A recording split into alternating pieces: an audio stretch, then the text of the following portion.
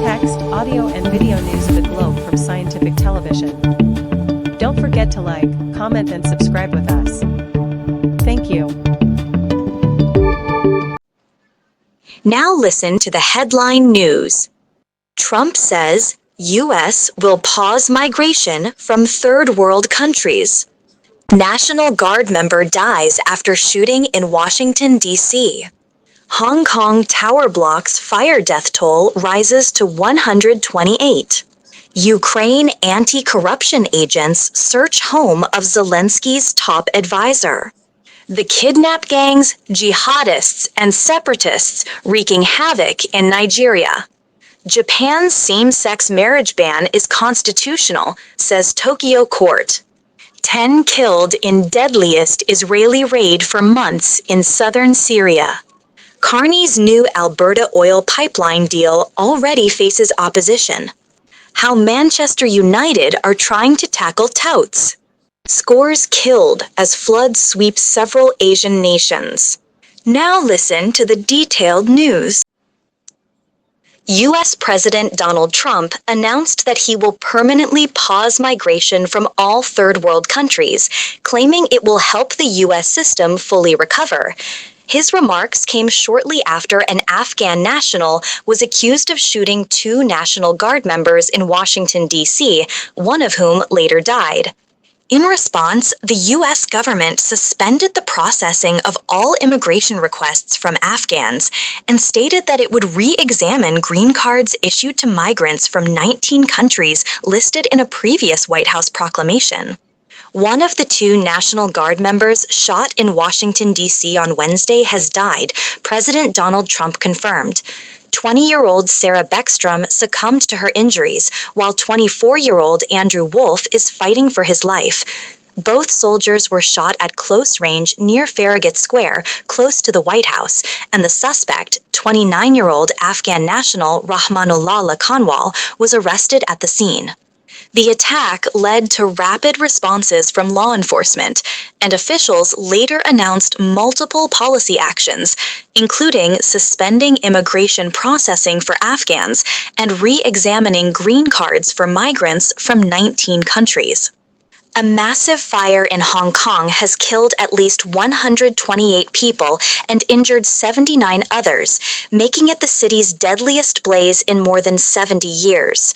The fire erupted on Wednesday in the high-rise residential complex of Wong Fuk Court in Tai Po, rapidly spreading across 7 of its 8 tower blocks. More than 2,311 firefighters were deployed, and the blaze was fully extinguished early Friday. Many residents remain missing, with 89 bodies yet to be identified and 16 bodies still inside the buildings. Ukraine's anti-corruption agencies, including the National Anti-Corruption Bureau, NABU, have begun searching the apartment of President Volodymyr Zelensky's chief of staff, Andriy Yermak. The searches were authorized as part of a major corruption scandal involving several senior public officials, although neither Zelensky nor Yermak has been accused of wrongdoing. Yermak confirmed that officials from NABU and the Specialized Anti-Corruption Prosecutor's Office, SAP, were carrying out procedural actions at his home with his full cooperation. Nigeria is currently facing a severe wave of mass abductions, alongside multiple other security threats across its vast territory. The country, home to more than 250 ethnic groups, experiences violence from criminal bandit gangs in the northwest, Islamist insurgents such as Boko Haram and ISWAP in the northeast, land-related clashes in central regions, and separatist unrest in the southeast. These overlapping crises have stretched Nigeria's security forces, with a 400,000-strong army and 370,000 police officers struggling to respond. A Japanese court has ruled that the country's ban on same-sex marriage is constitutional, breaking the trend set by several other courts across Japan that had previously found the ban unconstitutional. This verdict, delivered by Judge Ayumi Higashi at the Tokyo High Court, disappointed plaintiffs and supporters who gathered outside the courthouse holding signs that read, "Unjust Verdict." Japan remains the only G7 nation that does not recognize same-sex marriage, and only a few Asian countries, Taiwan, Thailand, and Nepal, currently allow such marriages.